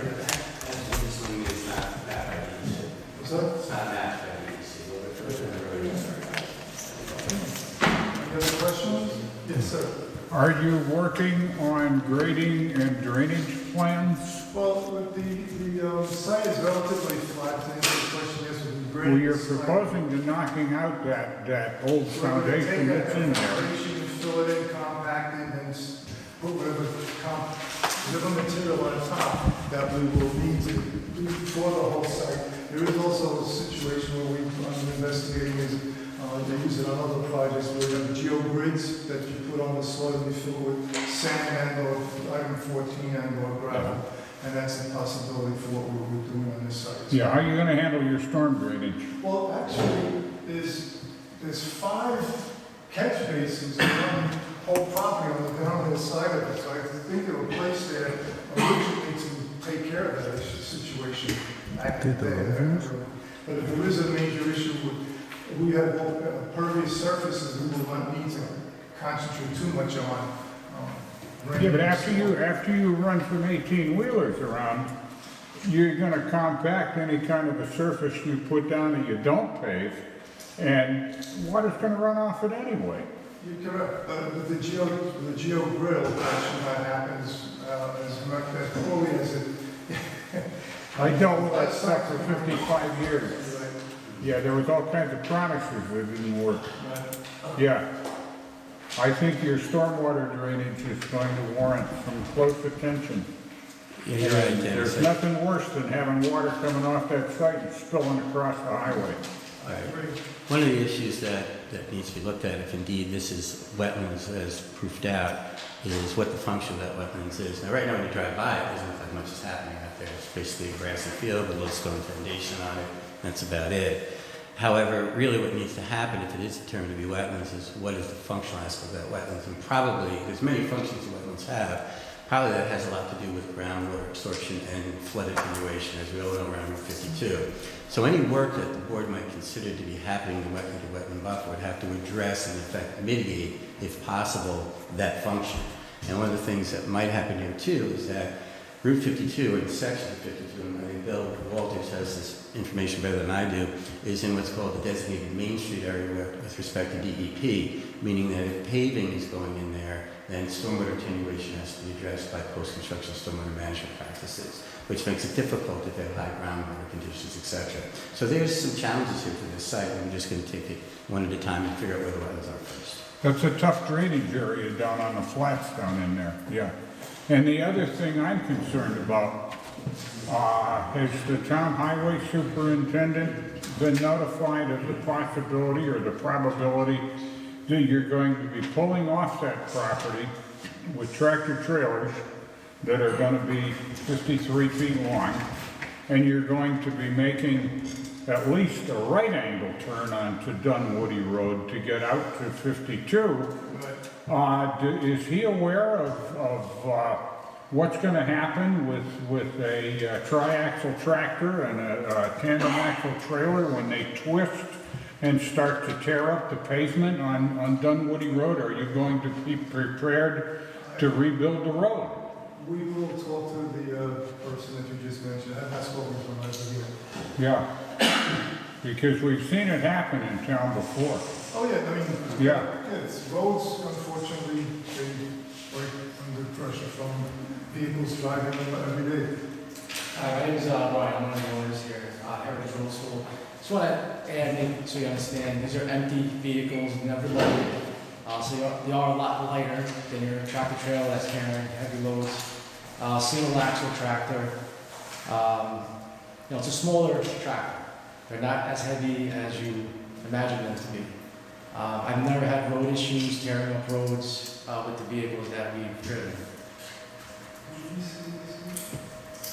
Thank you. The weight currently on the tractor trailer is roughly unloaded? Unloaded, maybe 20,000 pounds roughly.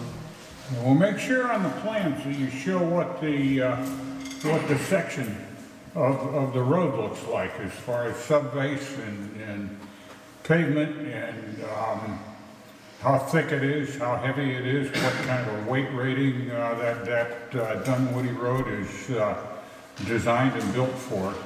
Okay. Because, I mean, even an empty truck, if you've got tri-axles that are twisting on it, it's not going to do any good. Okay.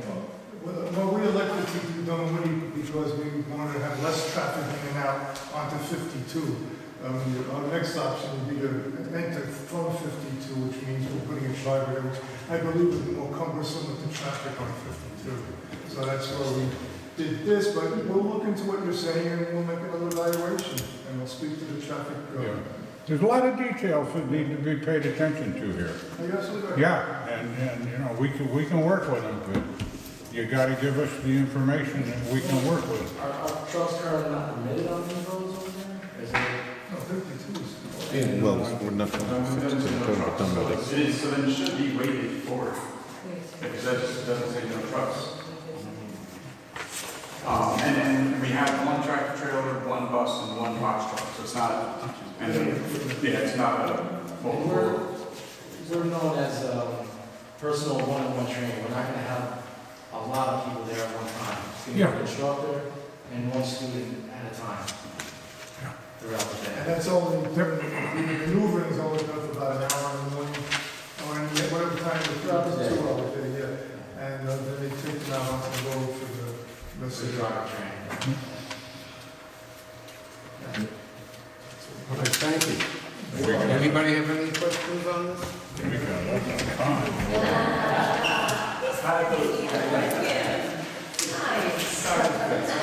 Thank you.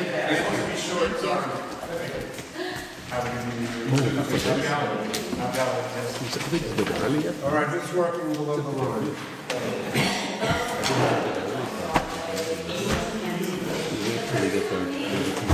Okay, below the line.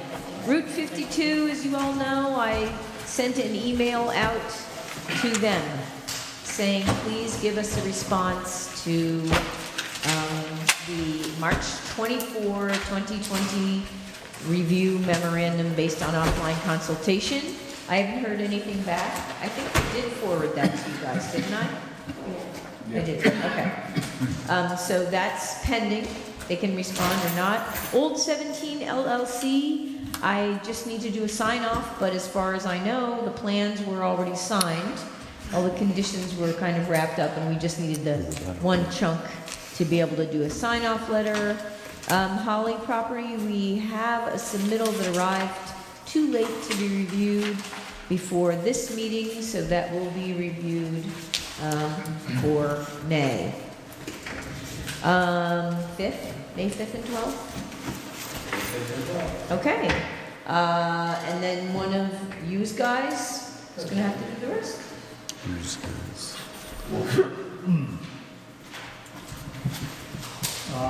Go through these, Annunziata, Smalley Corners, we are waiting for a submittal, they had comments. Friel and Pure, we are waiting for a submittal. Fregosi Marinelli, they have resolved their matters with the Board of Health. Mr. Marinelli was trying to get to speak with you folks at tonight's meeting. Vera, he didn't give you anything to get here?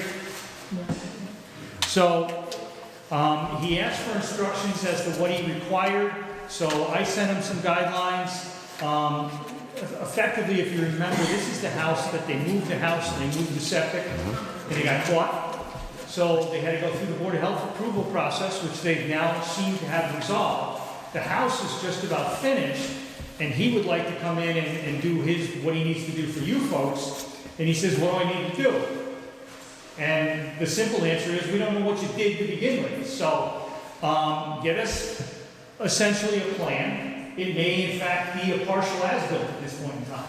Have your engineer look at what was actually done, compare it to what you were approved for, and give us some analysis of whether or not it will function the way it was intended. If he does all that, it should be a rather simple, straightforward amendment by you folks. But unless and until we see something, I have no knowledge. And I expected them to be here tonight. I actually brought my plans and was ready to walk them through it. But it's the ball's in his court. And he knows that, right, Vera? Yeah. Okay. Clearpool, the ball, we're waiting for a submittal from them. Ranieri, we're still waiting for a submittal from them. And when it comes to the town of Kent mining law, the town board member was here at the workshop. She committed to providing the additional markups and other stuff. I honestly got it. I haven't even looked at it. I thought it was going to be simple, and between the way it was track changed and it was pretty detailed. So we will take a look at that and get back to you with our comments when it's appropriate. Thank you, John. Has everybody read? I was just reminded by my two colleagues. Even though there was a discussion, if you remember, the town board kind of backed us off until they told us what we were going to do. I kind of misspoke. We've never been authorized to review this or do anything with it. So we would either look to you folks as your consultant to review it and provide comments to you, or somebody needs to go back to the town board and give us some clear direction. So right now, unfortunately, as my two colleagues reminded me, we have no authorization to do anything yet. Right, I think we need to wait for the town board to... Yeah, the town board make the seems next to be the step. ones that want to run the show here. You got it? Very good. Thank you. And happy holiday. Yes. And to you too. And what I forgot to do before, has everyone read the minutes from the last meeting? Yep. Can I get a motion to accept the minutes? So moved. And a second, please. I'll second. And you will have a vote? Dennis? Aye. Jackie? Simon? Aye. And I vote aye. Okay, one more issue. Oh, yeah. Also, I gotta back up to Kent Manor here. We've got the documents bearing the chairman's signature. In the letter of transmittal of these documents to the developer, Vera, we need to put a statement that once these maps are filed with the Putnam County Clerk's Office, the developer will provide to the planning board copies of the filed maps bearing the county clerk filing data. Do we retain the signed set anyways? Say what? No, I it's assume on my that line. once Phil signs, he's signing more than one set, so that one is retained in the planning board office, and they take the other to be filed. Yes. Well, the developer files the map. But what we want the developer to do is give us back copies of the county clerk filed maps with the file map number on it and the date and time and all Is that the that stuff. We need that for our project file. Yes. Most planning boards require certified copies from the town clerk. Dennis. I didn't write that. These are mine, right? Yeah, so once he signs them, that's it, unless they make copies of that. Yeah, they'll make Yeah, copies of that. but we don't have, once he signs it, we don't have a copy of what he signed. That's right. And until it's filed in the court, Yeah, we won't get, don't yeah, have that information. exactly. So that's why they gotta get us print. Yeah. Does anyone else have any questions, comments? Ladies, have you nothing to say? Yes, I have something to say. Jackie, don't, oh, geez. I resent that Kent Manor was thrown on tonight. Like what? So that Kent Manor was not even addressed at the workshop. Did anybody else get to see the site plan? We didn't know about it. Right. Yeah, We heard today. And, you know, keep saying about stipulation. I was the town supervisor at the time that had to sign that in 2009. And I really get crazy about the 303 because in the stipulation, it says it was reduced to 269. And I just think that the fact should be straightened where it says 269 and now they're going to 160. And they're trying to make sure that the project's going to be smaller. Well, they added bedrooms to it. So it's 3 bedrooms instead of 1 and 2. So it's just playing with the numbers a little bit. So, and I know that they want the other side of the property because it's landlocked. I don't know if they're doing something with that, and then they would have to come back to the planning board. As far as And there I'm was an concerned, issue of Nichols Road, as far as I'm concerned, if they start anything new, it comes back here. Right. but, well, I don't know why these resolutions just don't say, according to the stipulation of 2009, we still agree to it. Why are all these memos back and forth? It's modified, and it says in the thing that you have to that you have to agree on the modification. Did anybody even see what the modifications were? You were just kind of told about it. So, you know, yes, it was a court order, but I gave it to Vera to give to the planning board. You know, read it. I mean, maybe I'm not reading into what it was, but from 2002 to 2009, I was on the town board. And it was this Kent Manor issue that was here 20 years before that. So, you know, I mean, the only people getting rich were attorneys. So, you know, I want to make sure that it's done properly because there was also a question about the roadway. And I don't think it was ever settled. It was supposed to be like a dead end or a turnaround or something like that. Shows on the plan. It does show something, yeah. Was it ever approved? Because I don't remember. I did see that. That I did see. Those are the things that I would like. But didn't we not have an option? What do you think, like, approve it? Right, it says that, it says both parties have to approve of the modified plan. But then when I ask who saw the plan, I get town board members that say they didn't see it, and you guys didn't see it, so. Phil's gonna see it. Why do you think a couple of us abstained?